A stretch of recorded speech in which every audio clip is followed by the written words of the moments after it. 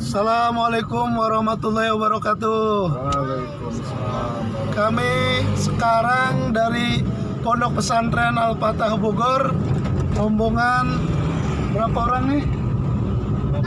8 orang.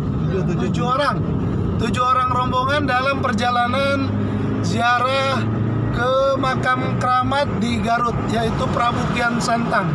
Prabu Kian Santang ini salah satu putra Prabu Siliwangi, Raja Pakuan Pajajaran Bogor dari garis Permaisuri Nyima Subang Larang yang ada di Gunung Godok, Gunung Suci Godok, Kecamatan Karangpawitan, Kabupaten Garut. Insya Allah sebelum subuh. Sekarang ini kami dalam perjalanan pada hari Selasa malam Rabu, berangkat dari Pondok Pesantren Al-Fatah Ciamas jam 10 malam.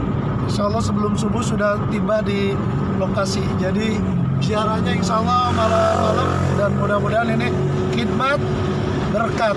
Demikian, ikuti selanjutnya perjalanan kami dalam sesi atau ziarah bersama saya, Jelajah Kipahir, dan rombongan dari Pondok Pesantren Al-Fatah, Desa Pagelaran, Kecamatan Ciamas, Kabupaten Bogor.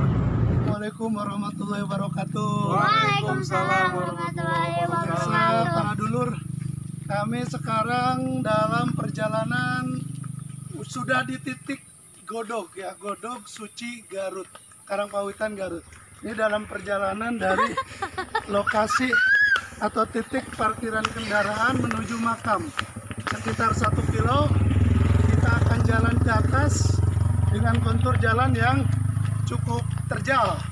Naik ke atas ya, sekalian kita olahraga dan napak tilas perjuangan dari Prabu Kian Santang atau Sunan Rahmat Suci Godok Garut.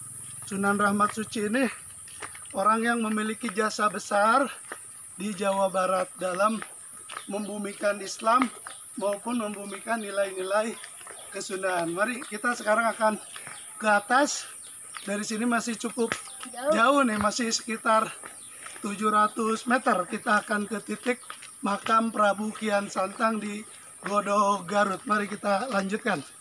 Dalam perjalanan atau di tangga menuju makam keramat Kian Santang. Ini tangga yang sangat terjal, nanjak, ada sekitar 200 lebih anak tangga yang harus dilalui. Jadi kalau dari parkiran mobil menuju ke titik utama makam keramat Kian Santang, Eyang Kian Santang lumayan jauh, sekitar setengah jam kalau kita tempuh perjalanan dengan jalan kaki. Bismillahirrahmanirrahim. Assalamualaikum warahmatullahi wabarakatuh.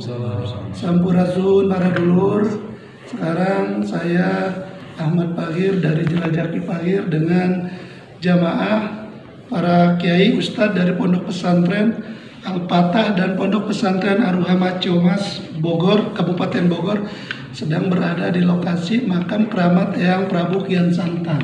Ini makam Prabu Keramat Eyang Santang persis ada di puncak bukit atau Gunung Godok Suci Karangpawitan Garut. Ini di belakang saya ada tulisan Makom Waliullah Sunan Rahmat Suci. Jadi Prabu Kian Santang ini salah satu menak atau salah satu pemuka Pajajaran yang memiliki banyak nama.